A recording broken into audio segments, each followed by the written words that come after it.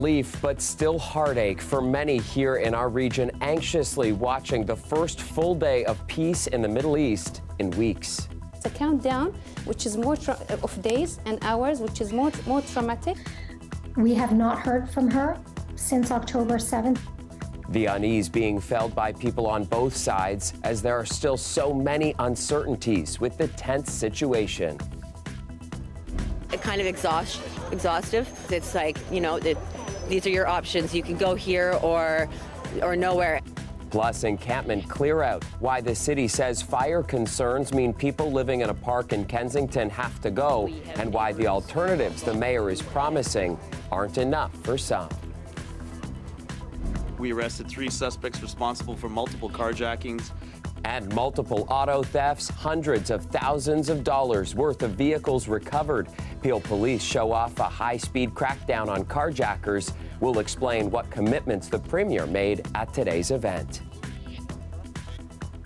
Good evening, I'm Chris Glover, live in the CBC Toronto newsroom this Friday night. We begin with local reaction to day 1 in the pause in fighting in exchange for the release of hostages after this week's deal between Israel and Hamas. And certainly the biggest international story of the day continues to reverberate around the world, with many feeling the gravity of the situation right here in the GTA. Anam Khan has our top story tonight. It's dangerous, very dangerous. Mona Aish is constantly watching videos sent to her from family members in Gaza. And here is my also cousins.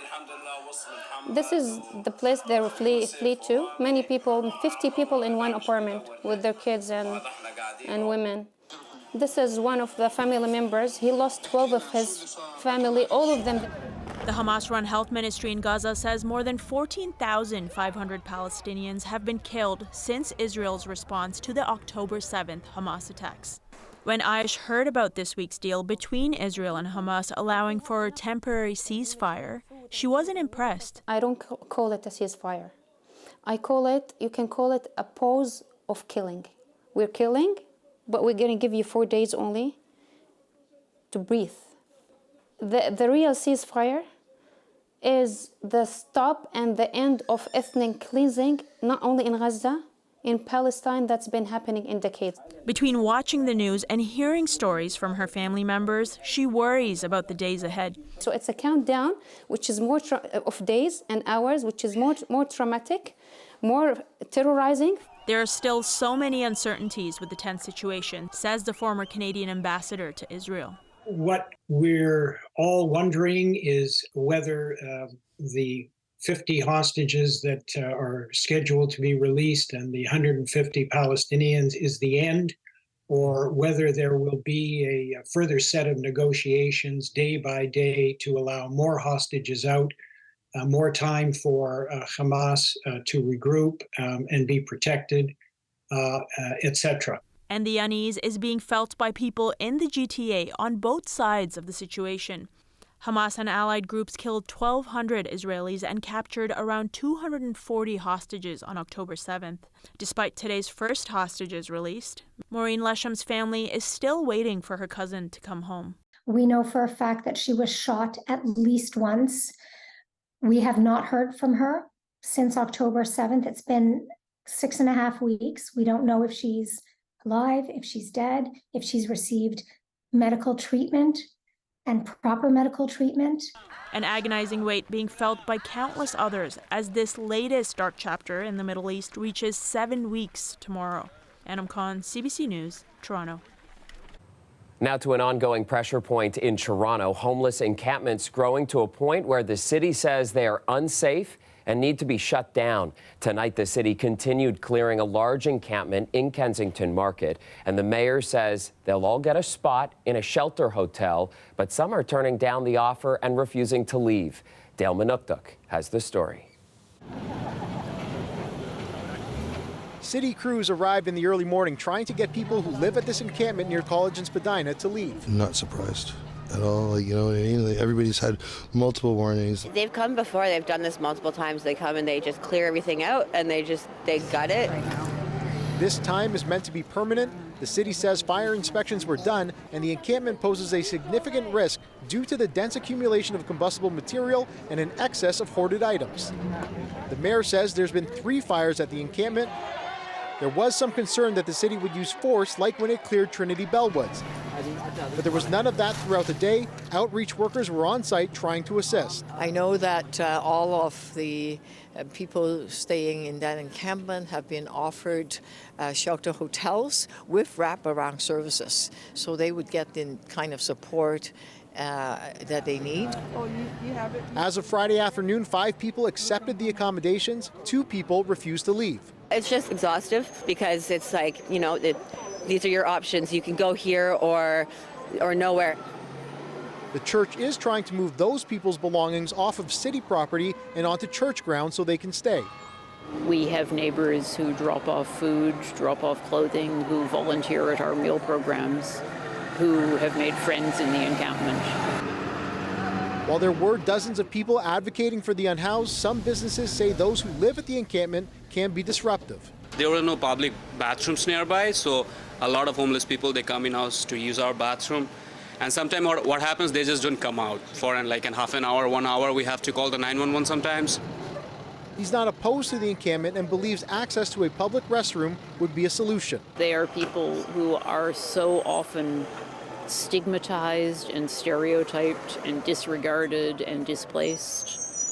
And because they are good, kind people struggling to survive and to create community in a terribly difficult situation. As for other encampments, the mayor says no one can be moved without being offered an alternative. Dale Manukduk, CBC News, Toronto. The homelessness problem across the region being made worse this year by an influx in asylum seekers. And tonight, new federal funding is coming to help refugees arriving in Canada with no place to go. The money will support the opening of a reception center for asylum seekers near Pearson Airport with temporary shelter and other services. Tyler Cheese has all the details.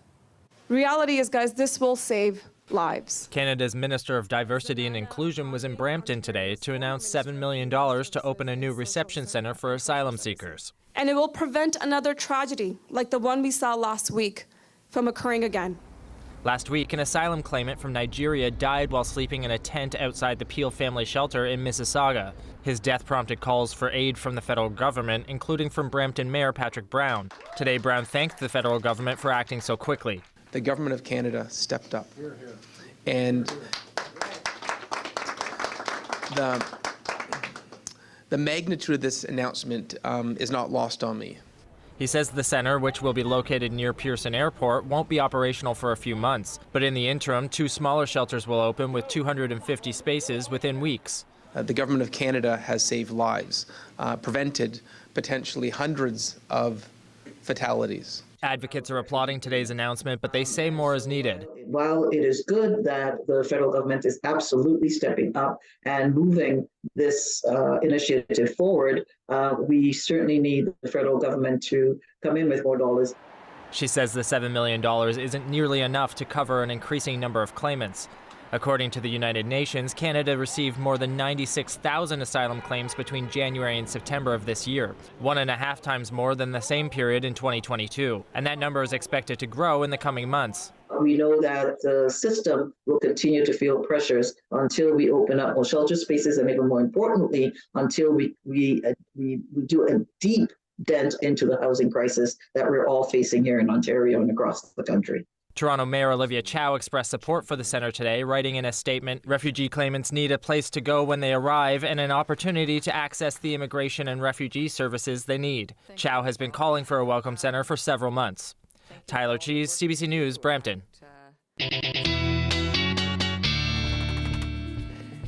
And the cold weather is certainly making the homeless situation even more urgent in the city. As we look live, right now it's -4 and a pretty good chance that you'll see more flurries through the overnight. Victor Paolo is joining us again tonight, tracking the forecast. Hi there, Victor. Chris, hope you're enjoying your day. I hope it was a fantastic week. Now, a couple of headlines to look forward to for here in the GTA. Are expecting some flurries. It will be a sunny Saturday, but we do expect a snowy week ahead. Now, we'll talk about that one later on. We'll look at our 3 and 7 day forecast. Now, for today's day, Friday the 24th, highs average is 5.1 and the average low is -2.2. Now, when it comes to watches and warnings, great sign. There's nothing in the Toronto area when it comes to severe wind, as we're expecting that to last all the way through till Saturday at midnight. But we do have a weather advisory here in the Barrie and surrounding areas, as well as for northwest of the GTA as well. Now, when it comes to the maps and what we can see of a couple of things, it will be clear overnight, but then that overnight is going to turn into a lot of cloud cover when it comes to the rest of your Saturday. Now, that cloud cover on Saturday is not going to bring any rain or any snow, which is always a great sign. But when it does come towards your Saturday and Sunday, you can see that Sunday is going to be the day where the precipitation comes through. Now, looking at our 3-day forecast, we're going to have a beautiful Saturday, but then that precipitation coming through on Sunday and Monday as well. Stay tuned to Chris and I, see what else is in store for your 3- and 7-day forecast. All right, Victor, we'll talk to you again in just a few minutes. Updating you now on Wednesday's deadly explosion at the Rainbow Bridge border crossing. U.S. authorities today releasing the names of the 2 people who died in the high-speed car explosion. Kurt and Monica Villani were from Grand Island, New York, and owned a lumber business. The married couple were both 53 years old, and their family releasing a statement expressing gratitude for the support they are receiving, but asking for privacy. Wednesday was the day their vehicle went airborne near the border inspection station on the U.S. side of the bridge. The crash causing an explosion and leaving the car in pieces. Officials shut down the crossing along with 3 others in the Niagara area, fearing the attack was terror-related at first. Within hours, though, authorities ruled out terrorism activity, the FBI concluding no explosives were involved. To Peel Region now, where the province announced a large investment to combat auto theft today. $18 million will be doled out to municipalities and local police forces over the next 3 years. Close to $1 million of that money will go to Peel Region, which has quickly become a target for car thieves. Greg Ross has all the details. He's coming right towards us. This video, released by Peel Police, shows officers tracking a stolen vehicle yesterday, a Mercedes G-Wagon that the owner was attempting to sell when suspects posing as buyers took it from him at gunpoint. They're coming right towards us. Okay, got it. The thieves sped through city streets, at one point making contact with a police vehicle before eventually attempting to escape on foot. Soon after, they were captured by police. We arrested 3 suspects responsible for multiple carjackings and recovered hundreds of thousands of dollars of stolen vehicles. Peel Police Chief Nishan Durayappa says this is much more than a simple auto theft. The accused victimized innocent people who are going to carry this trauma with them, no doubt, throughout their life. He says the problem is only getting worse. In the last year, Peel Regional Police had the highest per capita of stolen vehicles in the province, losing about 20 vehicles a day. Carjackings and car thefts are way up across the GTA, which is why the province is now stepping in to help.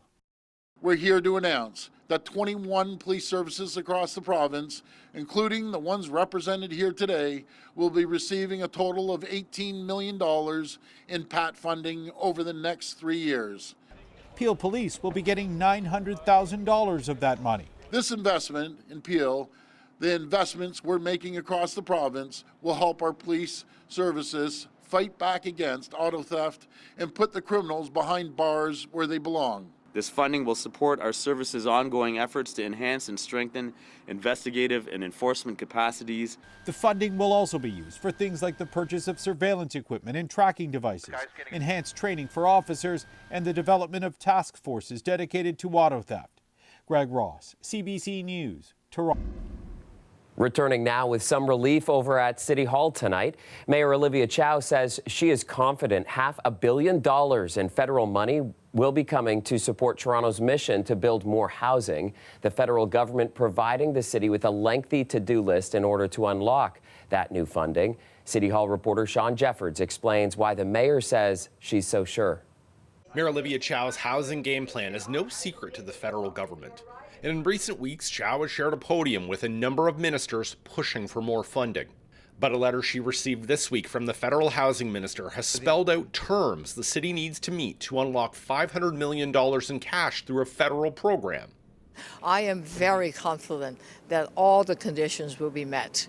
Sean Fraser says in the letter he wants a variety of changes to help expedite building permits. He wants more density built around transit stations. Earlier this week, Fraser said Toronto needs to set more ambitious goals. Chow says she and the minister are on the same page. I'm very familiar with the conditions because I helped draft the application in the first place. Toronto's Housing Committee Vice Chair says this is good news, but it's taken a year to get here. Much of the work Fraser is asking for has been taking place for some time, he says. But it is really a deep dive on the details, and that work is underway here at the City of Toronto. We don't want any delays. We want that money delivered as quickly as possible. U of T planning professor Matti Simiatiki says this request adds urgency to the city's housing reforms, and it will test the resolve of councillors who have residents who resist the changes. Some of the measures that are being promoted are shifting things from areas where they can be appealed to strategies that are much more as of right, that will make it go faster, but there might be councillors who start to balk and become a bit more concerned about how their constituents are going to view some of these changes. The minister's letter could come before councillors as soon as next week at a housing committee meeting, but it will ultimately need the approval of City Council next month. Sean Jefford, CBC News, Toronto. In provincial politics, Ontario Liberal Party members start voting for their new leader tomorrow, and we won't know who wins that race until next weekend. But as Lorenda Redekop tells us, the Premier leveled some accusations against the presumed frontrunner in the race today. All 4 Liberal leadership candidates are making their final push online, showing off endorsements and their trips across the province.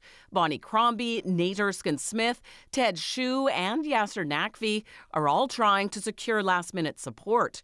A new leaked internal memo from Crombie's top strategists to leaders of her campaign says we are so close to a victory, and in particular, so close to a victory on the first ballot. It urges them to make sure supporters vote, saying stop tapping on the keyboard and start tapping on doors. I haven't yet seen compelling evidence that anyone's set to win on the first ballot, but she's certainly the front runner. This Liberal strategist notes the memo, first obtained by the Toronto Star, isn't the only recent memo. You know, I've been involved in a couple campaigns over my time, and I've written a couple memos just like that. It is about, we saw the same thing used by Yasser Naqvi's campaign a few days ago. I would assume anything you read in the paper was meant to be in the paper. Today, Premier Doug Ford was asked whether he'd reverse a fast-tracked zoning change in Mississauga, something Crombie, on leave as mayor, wants to happen. Ford then brought up comments he says Crombie made in a closed-door meeting. When I sat down and said we need more housing for new Canadians, she said immigrants don't buy homes and don't buy condos. That's disrespectful to new Canadians. In a statement later, Crombie accused the Premier of being scared of a Liberal Party under her leadership and throwing around desperate, fabricated attacks. Meanwhile, the party's interim leader says any of the 4 candidates could win. Everybody's got a path. Some people's paths are wider than others, but it depends on how hard each candidate and their team works this weekend. He says with a ranked ballot, it's not just about first-place votes, but also securing second-place picks. I think you have to work harder to be number 2. It's easier to get the people who are already with you. What you have to do is convince people, right, to come to you who are supporting another candidate. Liberals vote Saturday and Sunday, with the counting and new leader announced next Saturday. Lorenda Redekop, CBC News, Toronto. Black Friday is coming to an end this hour, but a lot of the deals will likely still be going on in the coming days. And some shoppers, though, are thinking twice about splurging this year. Yeah, inflation's crazy. So I think really picking the right gift and paying for something that's the right fit for my family member versus just kind of blanketing a lot of gifts. So more quality over quantity. Some eager shoppers got in early this morning looking for a good deal. Retail experts say electronics will once again be this year's hot item.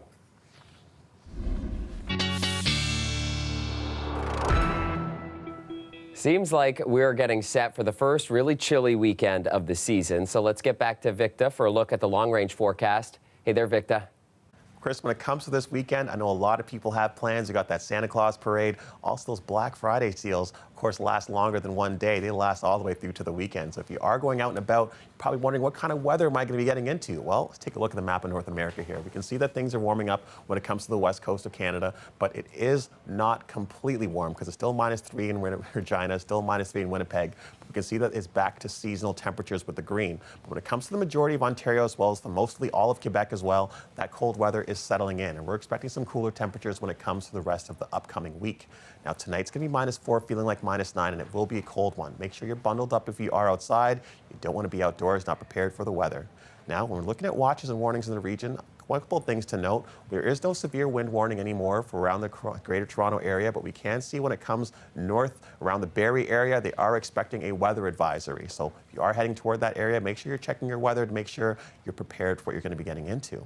Now, looking at our map, see what we're going to be anticipating over the next couple of hours. It's going to be a cloudy start to our day on Saturday, as you can see here. It's going to be a mix of sun and cloud, but it's going to remain pretty cloudy for the majority of Saturday. But when Sunday comes, it's going to be a bit of a clear start, but mainly cloudy as well. But then one thing that'll be coming our way when it comes to Sunday is that mix of rain and that mix of snow, and a little bit of mix of rain and snow as well. So of course the wind changes a bit of direction, a little bit more rain that way, but should the wind change direction as well, it could be a little bit more snow coming in the direction of the GTA as well. So you want to make sure you're prepared. It should be starting around 3-4 o'clock. So for those who have plans to be out in the Santa Claus parade on Sunday, make sure you're equipped for what the ride home might be experiencing. Now looking at a 3 and 7 day forecast, we can see that it will be a sunny day with a mix of cloud cover on Saturday with a low of -2. Temperatures get back up on Sunday, but that's what brings the mixed precipitation, and that's going to last all the way through till Monday. But we're looking at the rest of our 7-day forecast, a beautiful Tuesday, Wednesday, Thursday, and in classic November form, the return of snow on Friday.